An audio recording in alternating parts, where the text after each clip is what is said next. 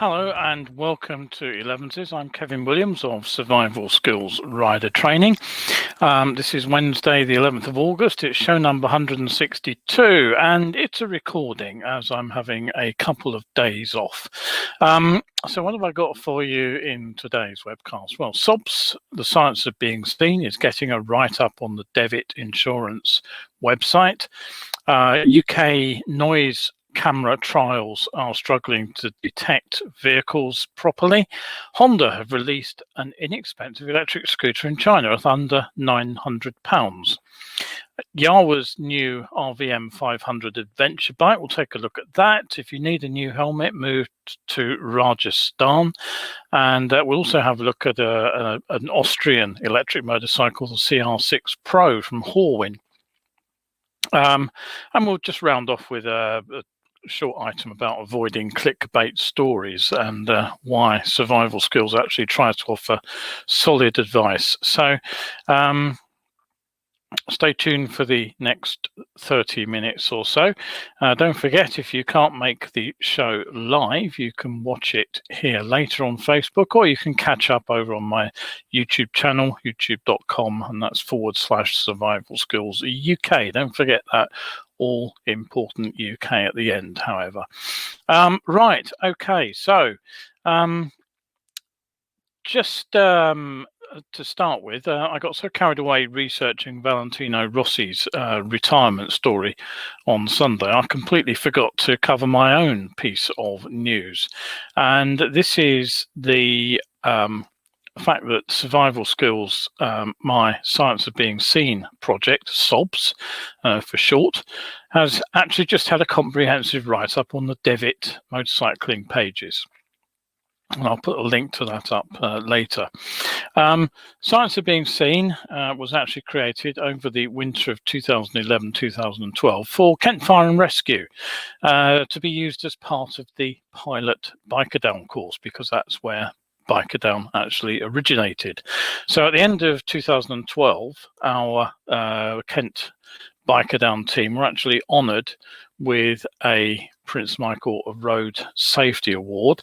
And as a result of that, Biker Down was almost immediately picked up by many other fire services. And as of 2019, end of 2019, it was being used by well over half the fire services in the UK. And most of the ones who were delivering it were actually taking a version of SOBS to deliver for the third module. So where did that leave us? Well, right up until COVID put everything on hold. Why have I got that picture there? That's not supposed to be the right one. I've jumped forward too. There we go. That's the one I was looking for. Right until March last year, I was actually delivering Biker Down for almost 10 years now, and that's me at the Road Safety Experience in Rochester, delivering it personally to the audience there for Kent Biker Down. The last one we did was February. We had one scheduled for March. It obviously got cancelled due to COVID.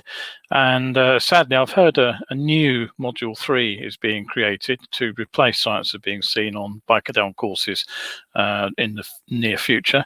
Though, to be honest, I have to say, it's probably time for a change. It is important to keep the message fresh by swapping it around. So I'm not, I'm disappointed, but realistic about it at the same time. But it does mean that it's time to kind of push on with Science of Being Seen for myself. There is some good news. The Science of Being Seen has gone international. As you probably know, I took SOBS off to New Zealand for their Shiny Side Up motorcycle roadshow events in 2018 and 2019. I was lucky enough to ride all around the country on both of those occasions. I was also a virtual presenter on Shiny Side Up earlier this year as the delivery for that went online. back in 2020 during lockdown, Sobs also featured on the US Rev Talks series, and it was one of the presentations on Road Safety GB's powered two-wheeler event earlier this year, which is really why Devitt have picked it up, because they were the sponsors for that particular series of webinars. But I have to say, despite all that, there has been a bit of a problem picking up a wider audience here in the UK, trying to get actual interest from other than individual riders. So hopefully, thanks to the great work of David Williams, who wrote the article, I hope that more and more riders will become aware of the issues surrounding Science of Being Seen, because I do think it actually provides some really important information to all motorcyclists and drivers, as it explains why motorcycles aren't seen at junctions. So, okay. What next then? Well, what I'm going to be doing is presenting Science of Being Seen online on a fairly regular basis. And the idea is to put them out, at least to start with, see how it goes really, the first Wednesday of alternate months. Now, I've just done one this month, so the next one will be 8 p.m. on Wednesday, the 6th of October. So pop that date in your diary if you want to see Science of Being Seen.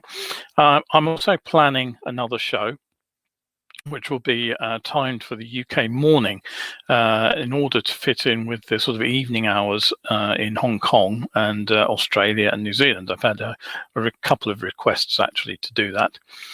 Just in case you haven't heard of Science of Being Seen before, the talk basically explores a range of problems. Looked but could not see collisions where, for various reasons, including A-pillar obstruction, it was physically impossible for the driver to see the motorcycle somewhere in the run up to the crash. Looked but failed to see collisions where the bike was actually in a place where it could be seen, but visual perception issues meant that the driver failed to spot the bike. And that includes looked, saw and forgot collisions, which is down to short-term visual memory and workload issues, which means the driver could have seen the bike but lost track of it mentally.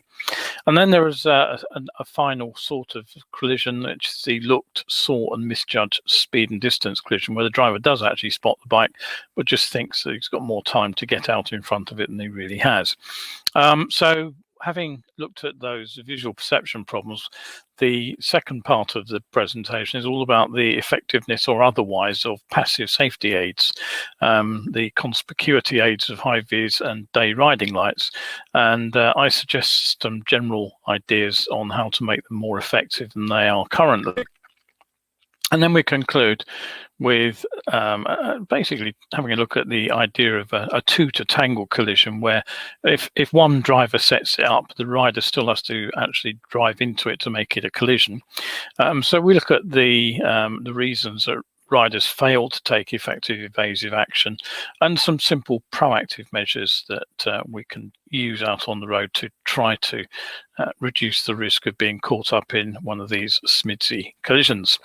So, okay, as I say, 6th of October at 8 p.m. is the next one. That's your chance to see the full and original Science of Being Seen presentation. Even if you've seen one of the versions at Biker Down, I recommend that you do come along and watch mine. Tickets are £5.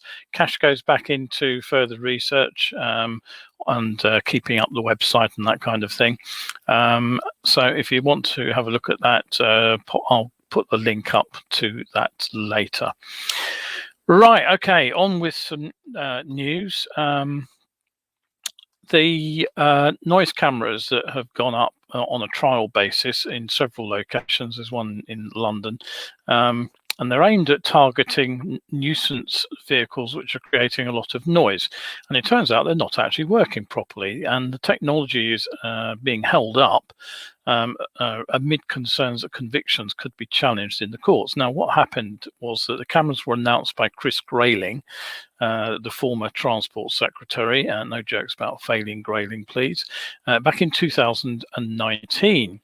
And he said at the time they were designed to track down nuisance drivers who made people's lives a misery.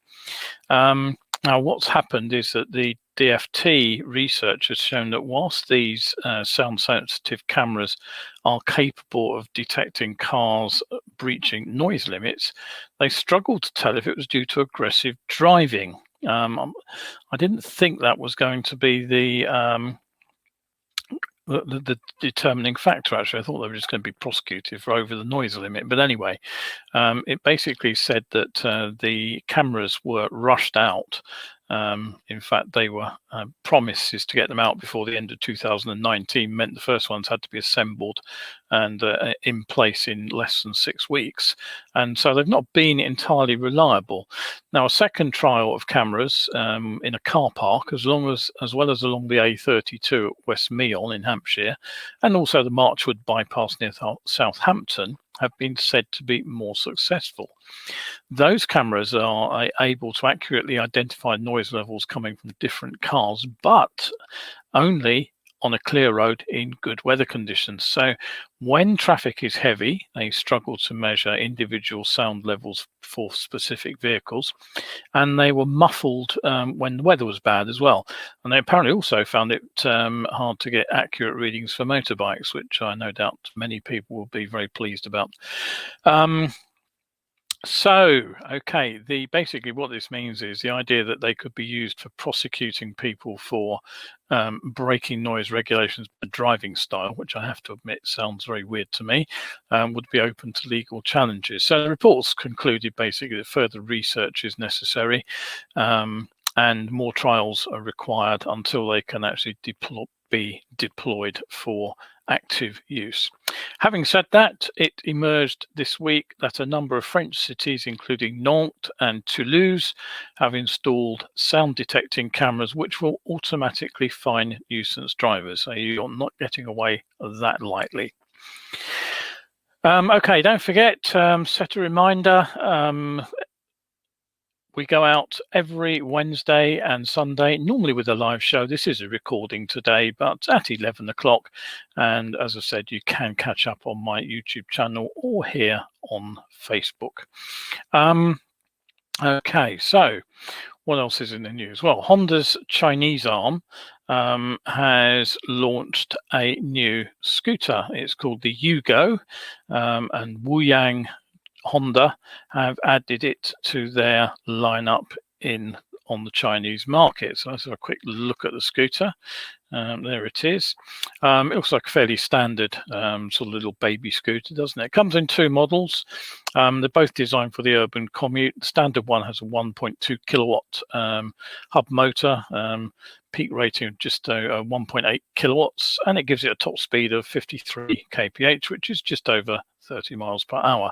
The second model has a slightly lower rated engine and goes a bit slower, basically just over 20 miles per hour. They both get a 1.44 kilowatt removable lithium-ion battery pack, and you can upgrade that to a double capacity pack if you want to. No word of range, but I would imagine it's not enormous. But you're probably not going to need it on a scooter like that, are you? You also get generous under-seat storage of 26 litres, which is pretty impressive on a small bike like that. So you can probably put your helmet away without too much trouble. They're expected to land in India in the not too distant future, on top of their current release in China. The price you're probably interested in, well, it's just under £900 in China for the standard version and £830 for the lower powered one. So given the growing success of Chinese electric scooters here in the UK, and the fact that Honda don't actually have anything smaller than 110cc Vision, as far as I can see in their lineup at the moment, I wonder if we will see them here. Okay, an older brand that you'll be more familiar with probably is Yawa, and it's likely that you'll be like me and thinking of crude, smoky and slow 2-strokes with basically 1960s technology that somehow survived into the 1980s and 1990s. And I have a feeling that somebody still actually sells the very original 350 Yawa 2-stroke. But anyway, they were pretty crude. I know that because I put 30 or 40,000 miles on one myself. Don't ask why. I I don't know precisely how many miles I did on it because the speedo never actually worked from day one. So essentially, those bikes were about as far as possible as you could get from a modern e-scooter. But even Yawa have been dragging themselves into the modern era. So take a look at this machine. This rather nice looking bike, I think, anyway. Let's put that up on screen. There is the Yawa RVM 500. According to Yawa's website, the new model aims to offer to motorcyclists the possibility of a longer distance travel with a suitable comfort.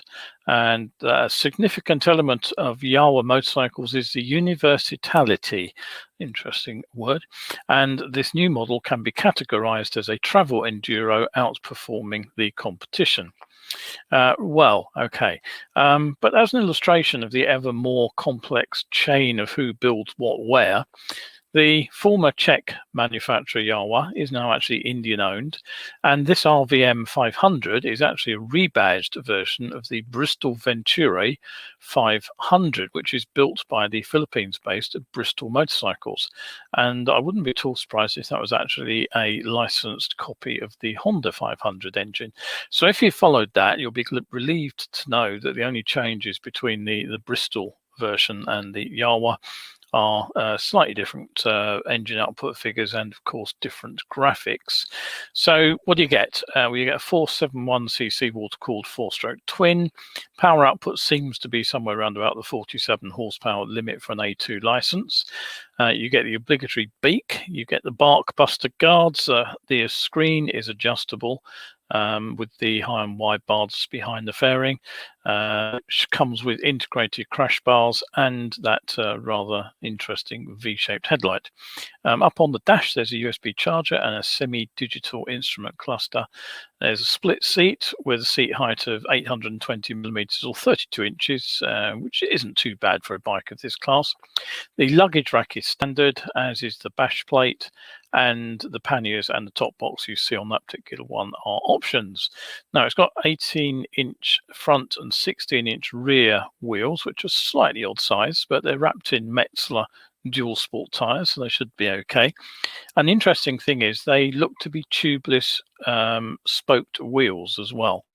I can't confirm that, but it does appear that the spokes actually locate in the rim rather than around the middle of the wheel. You shouldn't need to stop too often either if the comfort's decent, because there's 20 litres of fuel on board. There are differing figures for all that weight, depending on who you believe, but I think it's probably just under 200 kilograms fully fueled.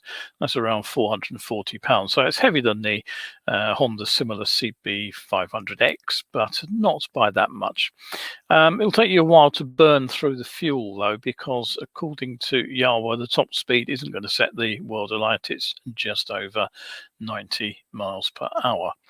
Okay. Don't forget, if you're enjoying the show, you can consider popping over to my coffee page, which is also called Survival Skills, oddly enough. And you can support me over there, and if you do, you open up access to hundreds of better biking articles as well. Now, if you need a new helmet, you might need to move to Rajasthan, because under a new government initiative over there, if you buy a two-wheeler in the Indian state will give you a free helmet. An official explained, the government is making continuous efforts to bring down road accidents in the state. Road safety is a top priority of the department, and therefore an order has been issued for providing helmets to vehicle buyers for free. So dealers actually in the state have been directed to provide an approved helmet free of cost. And the state government has also written to district transport officers to ensure compliance with that. Okay, so let's have a look at another motorcycle. This, I have to say, when I get myself back to the picture with the, there we go. It is actually one of the most sort of atmospheric photographs, a beautiful moody shot of a bike I've actually seen. So what is the bike? Well, it's a CR6 Pro from the Austrian manufacturer Horwin. Let's give you a closer look at the bike itself. Take out the background. There it be. And as you'll see, it's a fairly standard looking motorcycle. the fairly standard naked, really. The bike's said to use the most modern lithium-ion batteries that are available, and they're supplied by Panasonic, and they come with a 2-year battery warranty. The cells are said to be armored and protected against vibration and impact, and they say that the integrity of the battery is not compromised even if one or more cells should fail. I'm not sure if that means the battery continues to work, albeit with reduced range or power, or if it means the battery pack won't rupture. I'm not entirely sure about that. Anyway, the 55 amp hour battery pack offers a range of up to 120 kilometers. 3 hours connected to a standard wall socket gets you from 0 to 80% of charge, and 20 minutes adds around 20 to 30 kilometers of extra range. The 11 kilowatt motor is good for about 65 miles per hour, 105 kph. You get 0 to 40 miles per hour in around 6 seconds, so it's not sparklingly hot, but it'll do for commuter use. It's equivalent pretty much for the sort of 125 performance. But the most intriguing feature of all is not actually so much the electric motor as what's underneath it. Let's see if I can get that picture up. Yes, there we go. Have a good look at that, because what you're seeing there is actually a 5-speed manual transmission. It's a conventional gearbox. Now, aside from pure competition machines, I've not actually yet seen a gearbox on a road-going electric motorcycle. Now, why do we need a gearbox in the first place? Well, basically, the top speed of the machine is actually limited by the speed at which the motor can spin and the gearing that you can fit to it. So if you use a small motor, you actually do need a gearbox to transfer the energy to the back wheel. So these race bikes that we've seen at the Isle of Man and in the Moto E class do use gearboxes, so you can pack as much energy into the bike's battery as you like, but if you need to get it down onto the road and accelerate, then what you actually need is a gearbox to provide you that mix of drive and then top speed. And I really don't know of any other motorcycles which have a battery at that particular price point. Anything else to say about the bike? Well, as it's a 125 equivalent, there's no ABS, you just get combined braking from the front and rear. There's no regenerative braking either, something I would like to see on all electric bikes, frankly. I was talking to my buddy Keith at the weekend about the electric motorcycles and how they're developing rapidly, and I was a bit surprised when he trotted out the old myth about them being heavy. Well, this one weighs in at just 137 kilograms, which is a fraction over 300 pounds. Now, if you compare that with the Lexmoto LX-R125, which is the best-selling 125 at the moment, and one that popped up in the sales charts I mentioned last time out. It's a bike with very similar performance, and that machine tips the scales at 167 kilograms. So it's actually almost 70 pounds heavier. And at current prices of petrol, you won't be travelling 60 or 70 miles for barely a pound either, because that's roughly what it costs to tank up this new electric motorcycle, the Horwin. Price €7,590, which includes VAT. I assume that's in Austria and not the UK. Right, okay, so if you want something to read, you can head over to my Lulu page and dig out some paperbacks over there. If you head to my Facebook page, you'll find that there is actually a 50% off offer on as well for a couple of days still. So do have a look at my paperbacks. Now, I'm always a sucker for articles with titles like "What are the major causes of motorcycle accidents?" because I always like to read them, see if there is anything new that I can learn. So the other day I was reading something, and one of those "you may enjoy this" kind of links popped up in the article, having carefully probably followed me from website to website, predicted what I might want to read next. So I clicked on it, and unfortunately it was what I feared. It didn't actually contribute anything new, and worse, it's basically pure clickbait, presumably to deliver adverts to gain income for the paper that it was written for. And absolute pits is that it's actually inaccurate. Now, it's based in the US, so the term lane splitting was used. But basically, what they said was this: lane splitting is the term attributed to the highly unsafe and illegal practice of driving in between the traffic lanes. Lane splitting can cause motorcycle riders to crash into other motorcycles or vehicles that might be following the course of their normal traffic lanes.